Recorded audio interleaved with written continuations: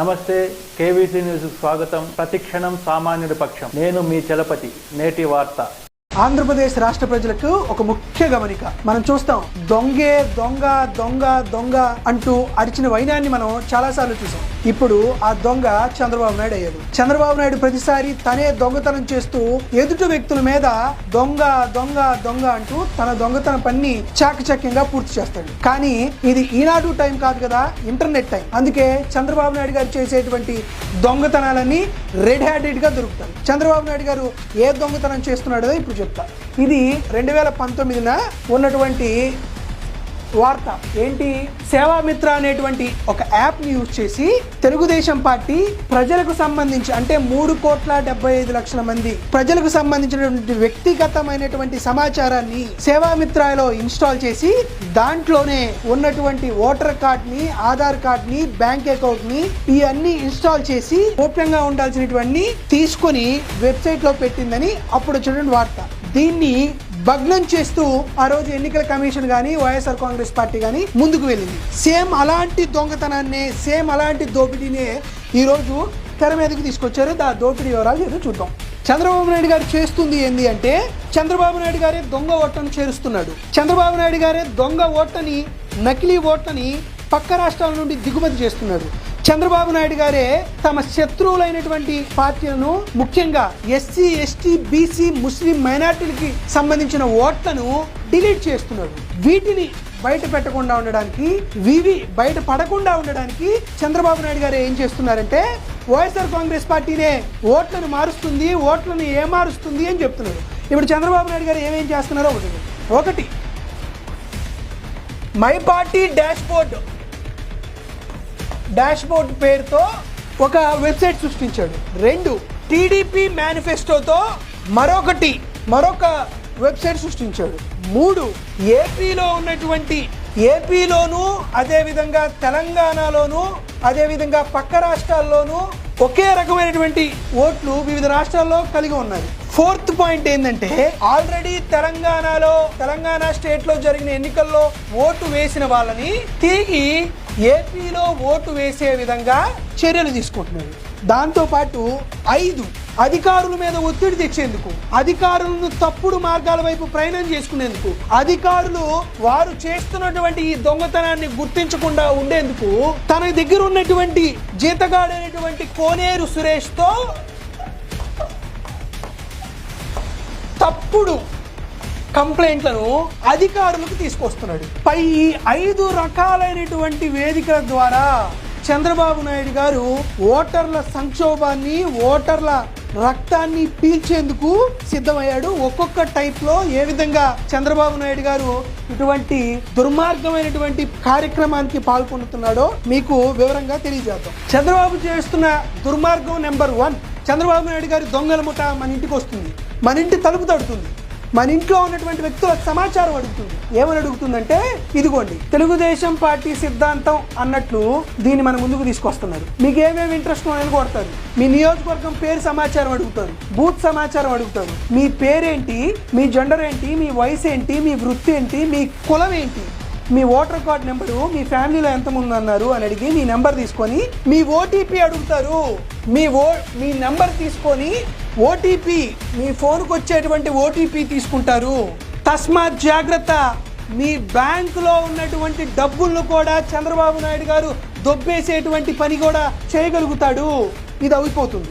ఇది అయిన తర్వాత మీకు ఈ రకాలైనటువంటి సదుపాయాలన్నీ కలుగుతాయి అని చెప్తాడు. ఈ డేటాను ఎక్కడికి తీసుకెళ్తున్నాడు అసలు తర్వాత మాట్లాడుకున్నాం. ఇవన్నీ తీసుకెళ్లిన తర్వాత చంద్రబాబు నాయుడు గారు ఇప్పుడు ఇలా చేస్తున్నాడు అనమాట. ప్రతి నియోజకవర్గంలో ఇట్లా జరుగుతుంది. ఇది సుమారుగా పెందుర్తి కాన్స్టిట్యున్సీ తీసుకుంటే ఇది బూత్ వైజ్ గా డీటెయిల్స్, మండలం వైజ్ గా డీటెయిల్స్, ఎవరెవరు ఏ కులం, ఎవరెవరిది ఏ ప్రాంతం, ఎవరెవరిని వెరిఫై చేశాం, ఎవరెవరింట్లో ఆడపిల్లలు ఉన్నారు, ఎవరింట్లో వయసుకు వచ్చినటువంటి ఆడపిల్లలు ఎవరెవరు ఉన్నారు, ఇవన్నీ అంటే ఎక్కడా సమాచారం. చూడండి, వాళ్ళెవరు, ఏ పార్టీలకు సంబంధించిన వాళ్ళు, జనసేనకు సంబంధించిన వాళ్ళు ఎవరు, వాళ్ళ ఓటర్ కార్డు ఏంది, వైఎస్ఆర్సీపీకి సంబంధించిన వాళ్ళు ఎవరు, వాళ్ళ ఓటర్ కార్డు ఏంది, లేకపోతే తెలుగుదేశం పార్టీకి సంబంధించిన వాళ్ళు ఏంది, వాళ్ళ ఓటర్ కార్డులు ఏంది, బూత్ వైజ్ గా వారి దగ్గర ఉన్నటువంటి సమాచారాన్ని వారు ఆల్రెడీ దొంగలించబడినటువంటి మీ బ్యాంక్ అకౌంట్లతో వాటితోనూ లింక్ చేసుకుంటున్నాడు. లింక్ చేసుకొని తదనుగుణంగా ముందుకు వెళ్ళేటువంటి కార్యక్రమం జరుగుతుంది. చూడండి, ఇది చంద్రబాబు నాయుడు గారు చేస్తున్నటువంటి దోపిడీ. చంద్రబాబు నాయుడు చేసినటువంటి ఓటర్ ప్రొఫైలింగ్ ఇది. కులవారీగా, రాజకీయ పార్టీల పరంగా, వృత్తి పరంగా, లింగం పరంగా, డబ్బుల పరంగా, ఇంట్లో ఉన్నటువంటి ఆడవాళ్ళ యొక్క వయసు పరంగా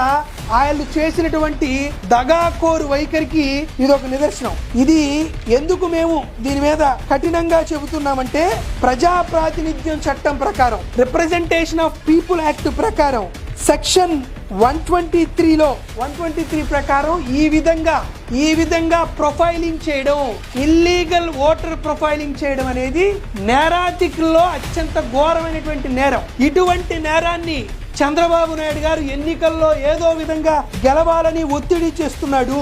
ఇది Indian penal code section 170, 170B, 171C, 417 మరియు 419ని ఉల్లంఘిస్తూ తెలుగుదేశం పార్టీ చేస్తున్నటువంటి అత్యంత ఘోరమైనటువంటి తప్పిది. కాబట్టి తస్మాత్ జాగ్రత్త.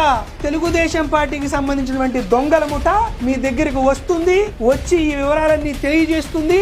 వయసులో ఉన్నటువంటి ఆడపిల్లలని, లేకపోతే ఒంటరిగా ఉన్నటువంటి మహిళలకి సంబంధించినటువంటి మొబైల్ నెంబర్స్ తీసుకొని, తద్వారా మీ దగ్గర ఓటీపీ తీసుకొని, మీ బ్యాంకు ఖాతా వివరాలు తీసుకొని, ఇదిగో ఈ విధంగా కులపరంగా, మతపరంగా, ప్రాంతం పరంగా, పార్టీల పరంగా మిమ్మల్ని అందరినీ డివిజన్ చేసుకొని మీ మధ్య వైషమ్యాలు రెచ్చగొట్టడానికి, గొడవలు పడడానికి కావాల్సినటువంటి అన్ని రకాలైనటువంటి స్కెచ్లు, అన్ని రకాలైన కుట్ర కూడా తెలుగుదేశం పార్టీ చేస్తుంది అనే విషయాన్ని మీరు ఒకసారి గమనించమని కోరుతున్నా.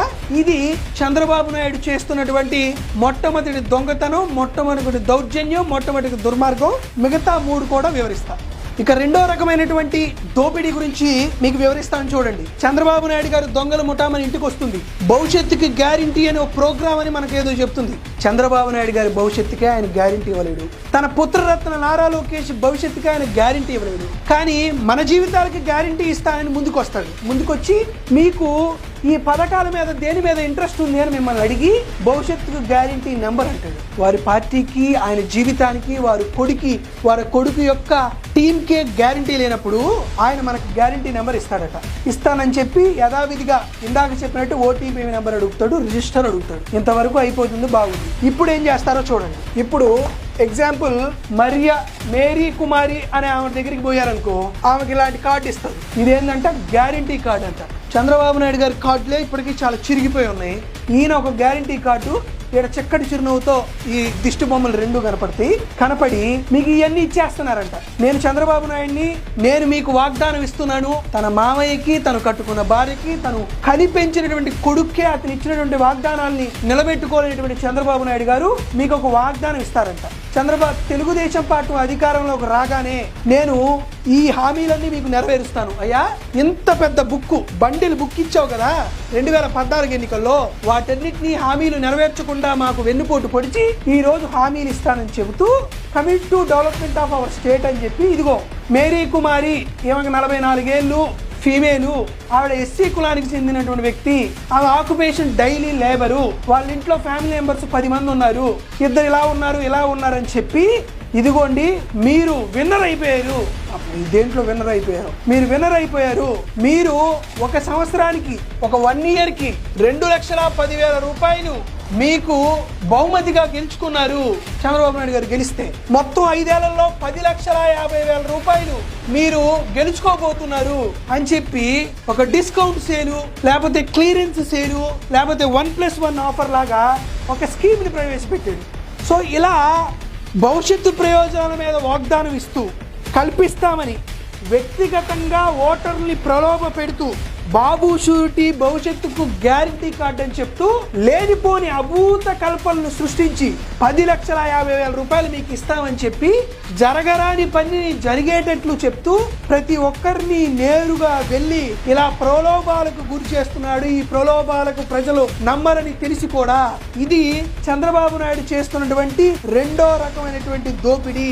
ఇలా నేరుగా ప్రజల్ని కలిసి ఓటర్లను కలిసి మీకు డబ్బులు ఇస్తున్నాం, మీకు డబ్బులు ఇచ్చేస్తాం, వచ్చే డబ్బులు ఇచ్చేస్తున్నాం, మీరు బంపర్ ఆఫర్లో ఇది గెలుచుకున్నారు అని అబద్ధాలు చెప్తూ ఇటువంటి కార్యక్రమాలు చేయగలుగుతున్నాడు. ఒకసారి మీరు గమనించండి. ఇది రెండో రకమైనటువంటి దోపిడీ. ప్రజల నుండి సమాచారం ఇలా సేకరించినటువంటి చంద్రబాబు నాయుడు గారు ఆయన దొంగల ముఠ మిమ్మల్ని అడుగుతున్న ప్రశ్న, మా ఇంట్లో ఎంతమంది మహిళలు ఉన్నారు, వాళ్ళు 18 సంవత్సరాల పైన ఉన్నారా ముందున్నారా విషయం చంద్రబాబు నాయుడు గారు మీకెందుకు, మీ కొడుకు ఎందుకు, మీరెందుకు ఒక దొంగల ముఠాని ఇంటింటికి పంపించి ఈ వివరాలు తెలియజేస్తున్నారు?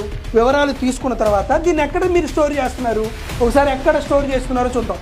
ఇది చంద్రబాబు నాయుడు గారు మన దగ్గర ఉన్నటువంటి మన కుటుంబ సభ్యుల వివరాలు తీసుకొని, మన బ్యాంకు వివరాలు తీసుకొని, మన కులం వివరాలు తీసుకొని, మనకు సంబంధించినటువంటి గోప్యంగా ఉండాల్సినటువంటి అన్ని వివరాలు మన దగ్గర నుంచి తీసుకొని దాన్ని ఇదిగోండి ఈ సర్వర్లో మై పార్టీ డాష్ బోర్డ్ అనేది వాళ్ళ హోస్ట్ ఏందో చూస్తే వారి ఐపీ అడ్రస్ ఇది, అతని హోస్ట్ నేమ్ ఇది, వాళ్ళ ఐపీ రేంజ్ ఇది, కంట్రీ ఎక్కడుందంటే United States of America, region Virginia, city ఒకటి యాష్బార్న్.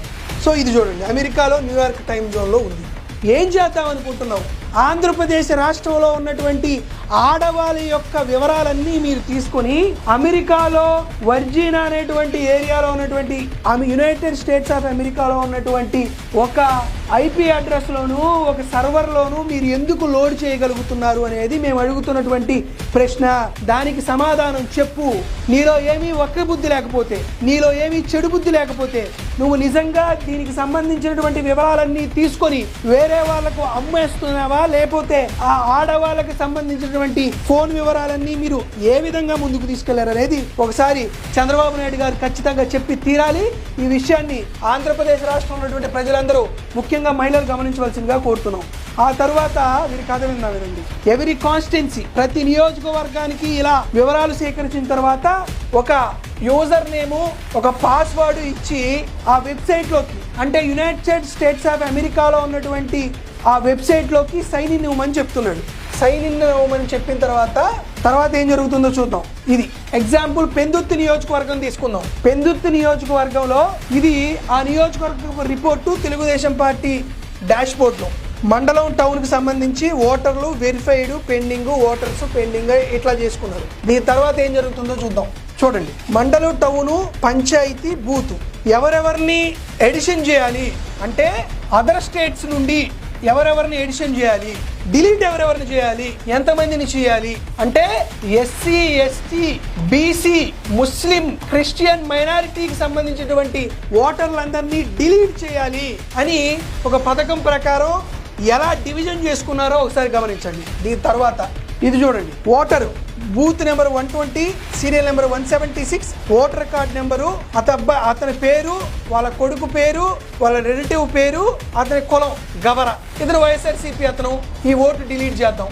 సో ఇక్కడ ఇలాగా కులం ప్రకారం పార్టీ ప్రకారం మొబైల్స్ నెంబర్ ప్రకారం పెందుర్తి నియోజకవర్గంలో ఉదాహరణకు ఎవరెవరిని డిలీట్ చేయాలి అనేది వాళ్ళు చేసుకున్నటువంటి వ్యూహాన్ని మీరు ఒకసారి గమనించండి. తరువాత పార్టీల పరంగా చూద్దాం. టీడీపీలో ఎవరున్నారు, వైఎస్ఆర్సీపీలో ఎవరున్నారు, జనసేనలో ఎవరున్నారు, బీజేపీ, సిపిఐ, సిపిఎం, కాంగ్రెస్ ఇలా ఓటర్లని అక్రమంగా ప్రొఫైలింగ్ చేస్తూ ఏ పార్టీలో ఎవరెవరు ఎంతెంత శాతం ఉన్నారు, ఎక్కడెక్కడ ఉన్నారు అనేదంతా ఇట్లా అక్రమంగా ప్రొఫైలింగ్ చేస్తున్నారు. దీంతో పాటు తర్వాత చంద్రబాబు నాయుడు ఇట్లా ఓటర్ని చూపిస్తూ ఓటర్ని మభ్యపెడుతూ అక్రమ ప్రొఫైలింగ్ చేస్తూ డేటాని చోరీ చేసి కావాల్సినటువంటి అతి సున్నితమైనటువంటి డేటాని, గోప్యత పాటించాల్సినటువంటి డేటాని, వీటన్నిటినీ కూడా వీరు ఉద్దేశపూర్వకంగానే చేస్తున్నారని ఎఫ్ఐఆర్ రిజిస్టర్ అయింది 2019లో. దానికి సంబంధించినటువంటి ఎఫ్ఐఆర్ కాపీ ఇది. ఎఫ్ఐఆర్ కాపీలో ఏం చెప్తున్నారో చూడండి.